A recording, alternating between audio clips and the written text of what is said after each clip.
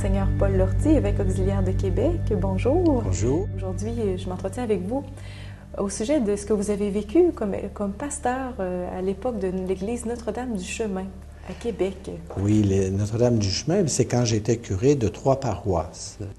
Et la paroisse Notre-Dame du Chemin avait connu à cette époque une mauvaise surprise après des réparations magnifiques à l'intérieur. Ils se sont aperçus que l'édifice avait besoin de réparations substantielles de quelques millions à l'extérieur et que l'édifice était un danger pour les gens qui la fréquentaient et on était obligé de la faire démolir. Mais ça s'est fait avant que j'arrive.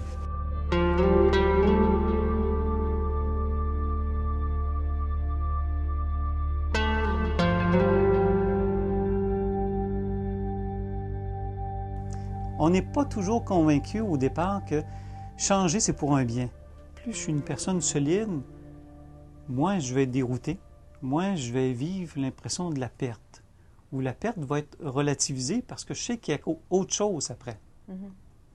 Mais si la paroisse, telle personne est une sécurité pour moi, si j'aimais me retrouver dans ma paroisse parce que le prêtre qui était là, il savait m'écouter, puis j'étais bien, puis il y avait quelques personnes, j'étais engagé dans une chorale, puis j'étais un petit peu en serre chaude. On vivait des bonnes expériences. Mais si je perds ça, je vais me retrouver où? Puis dans quoi? C'est ça qui est inquiétant. Moi, je ne mets pas l'accent d'abord sur l'avenir de l'Église de Pierre. Il faut regarder, faire une évaluation des services que l'on veut donner à la population. Alors, il est important de regarder les différents aspects. Les personnes disponibles, le nombre de bénévoles. Ensuite, de regarder aussi la situation financière du milieu, de vérifier l'état des bâtiments, quels sont nos locaux pour la catéchèse, être vraiment attentif à nos besoins. Alors, dans la conjoncture actuelle, au Québec, il faut s'assurer que vraiment, on va vouloir continuer d'annoncer l'Évangile. Il y a fort à parier qu'on va être obligé de diminuer des aspects de nos bâtiments qui sont importants et qui nous coûtent très cher si on veut garder un certain nombre d'argent pour annoncer la bonne nouvelle du salut.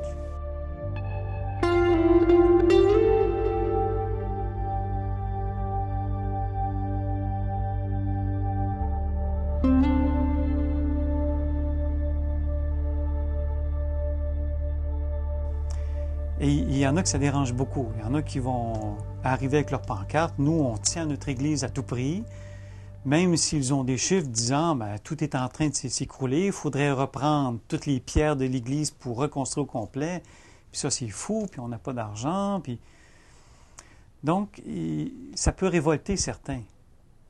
Et ça, c'est pas évident de faire face à ces révoltes-là. C'est pas évident. D'autant plus qu'il arrive, il semblerait assez régulièrement, que les gens qui se révoltent beaucoup ne le font pas toujours face à face.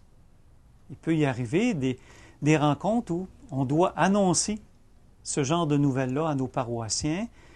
Et ceux que ça révolte beaucoup, c'est pas nécessairement eux autres qui vont se lever, là, puis moi je suis vraiment pas d'accord, puis on devrait faire ceci puis ça pour éviter de perdre notre Église. Puis souvent, eux vont partir en catimini, là, puis se monter un petit comité derrière, puis aller chercher leurs propres chiffres, leurs propres études, puis ils vont arriver plaquer ça devant le curé en question, là.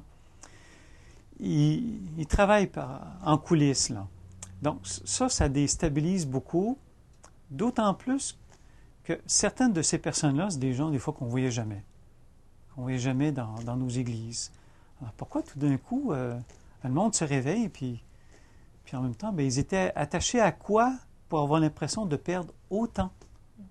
Cette réflexion concernant l'avenir des bâtiments, des églises, soit des presbytères ou des temples religieux, elle n'est pas abordée au point de départ. Elle se fait, puis on ne ment pas aux gens. Ce n'est pas demain matin qu'on peut dire qu'une église va être fermée. Il y a encore des comités d'études qui essaient de regarder comment est-ce nécessaire de garder tous ces édifices pour vivre la mission? Quels sont les coûts? Quels sont les meilleurs endroits pour mettre les secrétariats? Comment on va demeurer près des différents secteurs de la paroisse?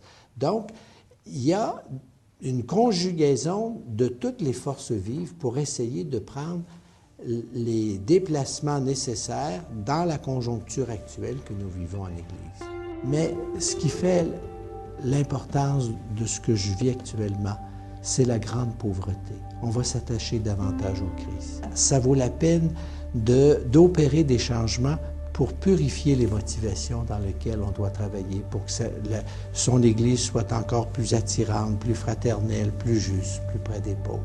Alors, on va être beaucoup plus dépouillé, mais on va montrer le vrai trésor de l'Église, c'est le Christ vivant.